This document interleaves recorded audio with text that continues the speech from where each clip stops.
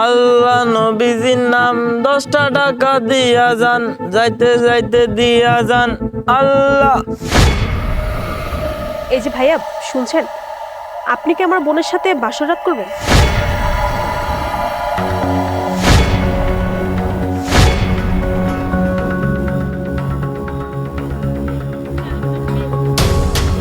আপনি এসব কি কইতেছেন? ভাইয়া ও কিন্তু অনেক বেশি সেক্সি, তুমি চাইলে কিন্তু ওকে বিয়ে করতে পারো। এত চিন্তা ভাবনা করার কি আছে বলো? তুমি যদি রাজি থাকো তাহলে চলো কাজী অফিসে নিয়ে যাই, তোমার দুজনকে বিয়ে করিয়ে দিই। আমি আপনার কথা বিয়া করুম কি লিগা? সত্যি কথা বলতে আমার বোনের আগে একটা বিয়ে হয়েছিল, কিছুদিন আগে ওর হাজবেন্ড মারা যায় একটা অ্যাক্সিডেন্টে। তারপর থেকে আমার বোন মানসিক ভারসাম্যহীন, আর এই যার পা দুটো আছে না, পঙ্গু হয়ে গেছে, কোনোভাবেই হাঁটতে পারে না। আর ওর যে হাজবেন্ড ছিল না, তার কোটি কোটি টাকার সম্পত্তি, আর সমস্ত সম্পত্তি না ওর নামে লিখে দিয়ে গেছে। আর আমি তোর বোন, এই সম্পত্তি আমি কখনোই পাবো না।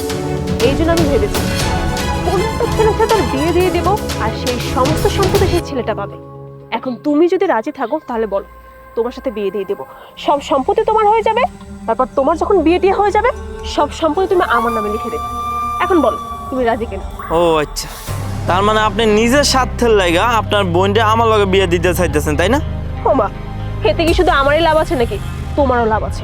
ভেবে দেখো, কোটি টাকার সম্পত্তি, তোমার বিয়ে হয়ে যাবে, সব সম্পত্তি তোমার হয়ে যাবে, তারপর আমাকে লিখে দিবে, আর আমি তোমাকে 1 কোটি টাকা দিব। বলো। 1 কোটি টাকা? আচ্ছা ঠিক আছে ঠিক আছে, আমি তাহলে রাজি। এক কাজ করেন, আপনি এটা ধরেন, আর আমি যারে বিয়া করুম এর আমি নিয়ে যাই। ঠিক আছে।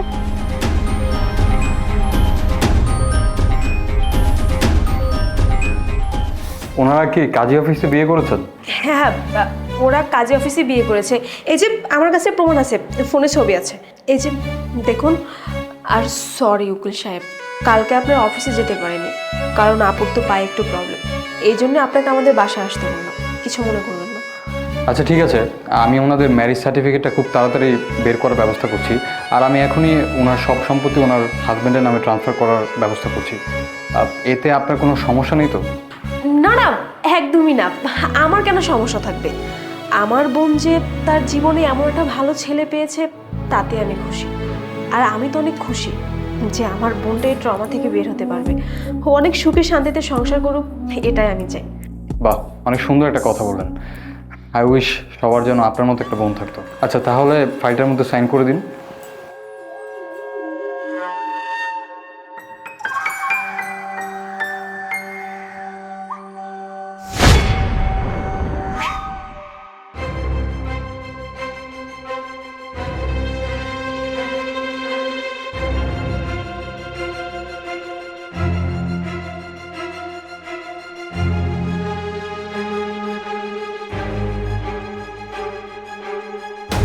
ঠিক আছে, আমি ট্রান্সফারের কাজটা খুব তাড়াতাড়ি শুরু করবো, কেমন?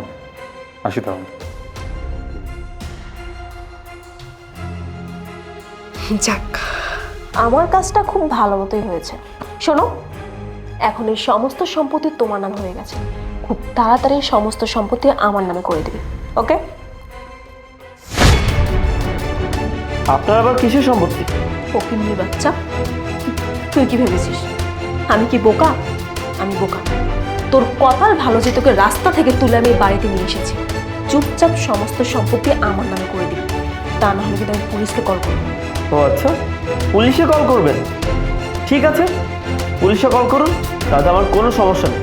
পুলিশ এসে যখন তদন্ত করবে আর সত্যিটা যখন বের হয়ে আসবে যে আপনি আপনার নিজের স্বার্থের জন্য একজন ভিক্ষুকের সাথে আপনার বোনের বিয়ে দিয়েছেন, তখন পুলিশ আপনাকে কি ছাড়বে? ছেড়ে দিবে আপনাকে? দেখুন, আপনাকে আমি ভালো ভালো বলছি, আপনি কোনো সম্পত্তি পাবেন না। তাই আমার চোখের সামনে থেকে এক্ষুনি এই মুহূর্তে বের হয়ে যাবেন। বের হয়ে যান। ফকিন্নির বাচ্চা, তোর এত বড় সাহস, তুই আমার সাথে চালাকি করিস, এর পরিণাম কিন্তু ভালো হবে না, তোকে আমি দেখে নিব। আমার হয়তো আগে তেমন কিছু ছিল না, সাধারণ একজন ভিক্ষুক ছিলাম, কিন্তু এখন আমি কোটিপতি, আর এখন আমার অনেক কিছু করার ওয়ে আছে। তাই ভালোই ভালোই বলছি, এখান থেকে বের হয়ে যা বলছি। ব্যাপারটা মাথায় রইল।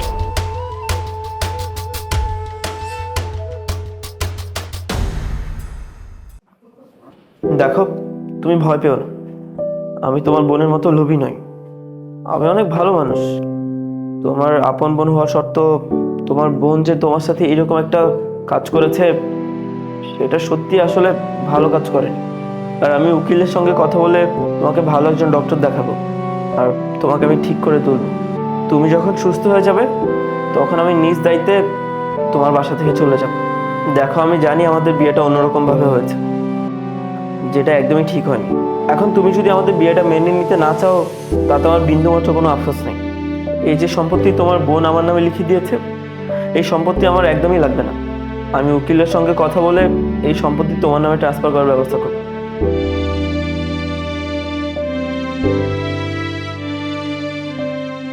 তুমি আসলে অনেক ভালো একটি মানুষ। তুমি আমার আপন বোনের হাত থেকে আমাকে বাঁচিয়েছো। তোমার এই উপকার আমি জীবনেও ভুলবো না।